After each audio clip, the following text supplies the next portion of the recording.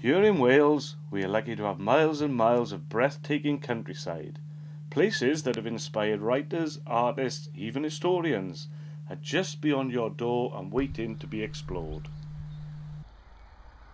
One of the best and cheapest ways to enjoy it is simple. You walk. I'm Rob Evans and welcome to Short Walks.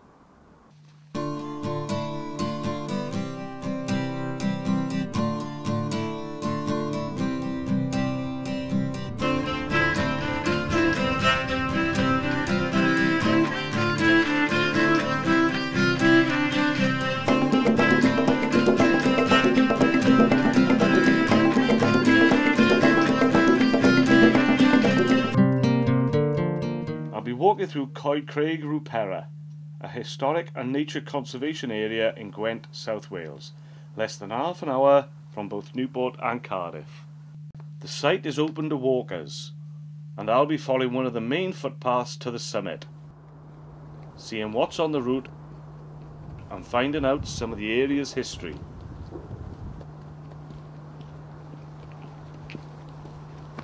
Car parking is also available here at the entrance. But if you're daring, you can always walk through the lanes to get here.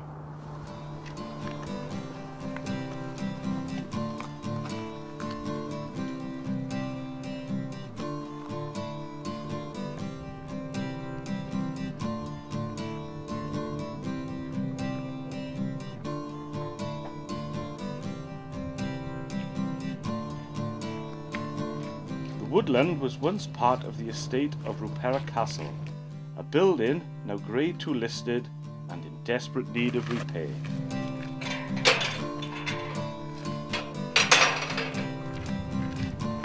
Many of the original plants were removed to make way for landscape gardens and trees replaced with conifers. And speaking of original plants, the Welsh name Ruperai translates to hill of pear trees, first recorded in medieval times. This whole area is now managed by the Rupera Conservation Trust, founded in 1996. The trust is made up of volunteers, people who give much time and effort into preserving an important piece of Welsh heritage. I'm joined by Sue Price, one of the trustees. What made you and the members start the trust? Well, the initial push was from the castle itself, which is a scheduled ancient monument, and some of the members of the trust wanted to actually try and buy it, and restore it, right, or at least do something with it to stop it from falling down. Unfortunately, the castle was lost to a private developer before they managed to get enough funds to buy it.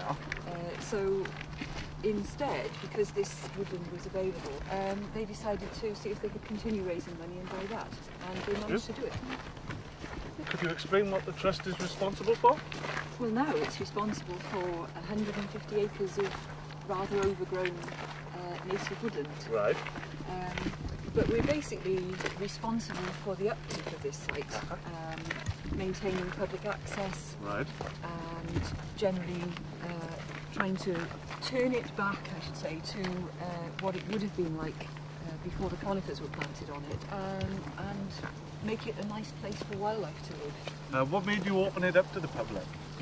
It was already accessible to the public in some respects. One of the main thrusts was to actually, because it's such a fantastic place, to actually make it more accessible, so that people would start to appreciate it more. Yeah. And are there any other future developments? Now that we've come to the end of the initial grant funding period, we've managed to get some extra money, which is allowing us to continue the habitat restoration work that we started off. But also, we were looking at how we could stop relying quite so much on grant funding in the future.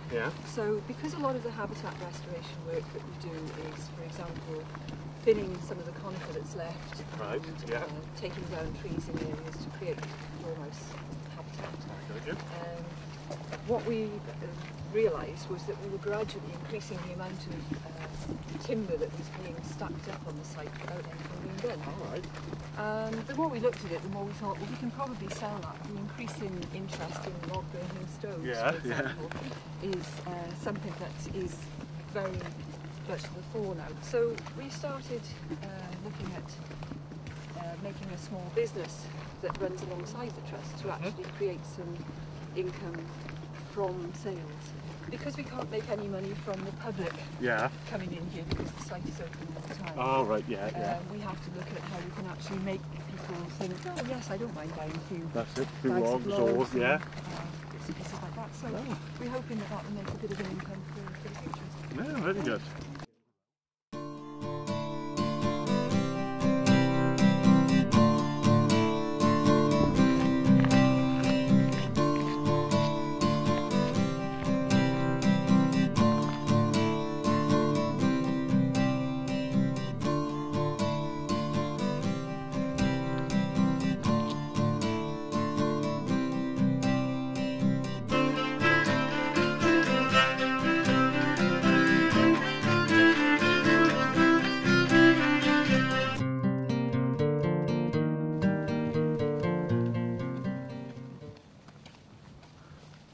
The walking paths are all clearly visible and not overtaxing, though it does get a bit steeper here.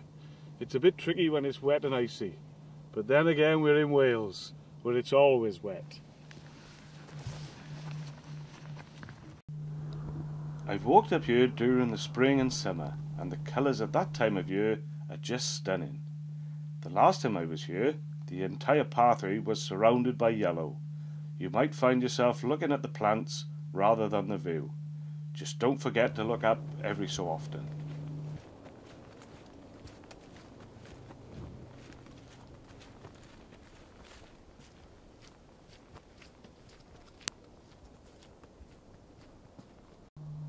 The Trust has built various viewpoints, like this harbour, for the visitors to come along and take in the scenery.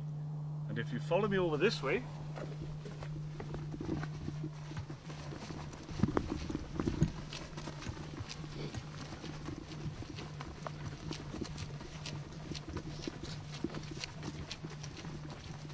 just off the main track,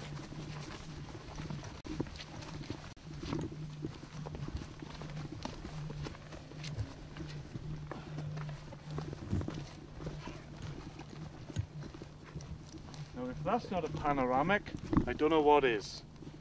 On a clear day you can see out over Cardiff, and if you look down there you can see the remains of the castle. But this isn't the only historic building to have sat in this area.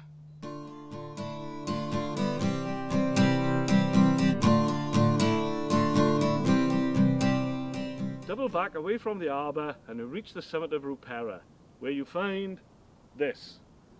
This is the position of the Iron Age fort, later a Norman motte and Bailey castle, and the upper summer house in the 1700s.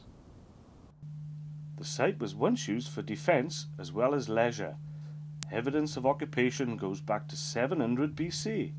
However, signs of ancient inhabitants are not the only things that have been found here. In 1762, the Reverend Watkins was up here, excavating for the summer house, when he and the men discovered a room, 2.5 metres square. In it, still upright, was a single skeleton. There are records of a man called Cadogan, an illegitimate son of Gwilym of Rupera, who built and died in the tower, long called after him at Rupera. Was it his remains they found? But don't let that scare you away. There hasn't been any reports of ghosts disturbed by diggers or walkers.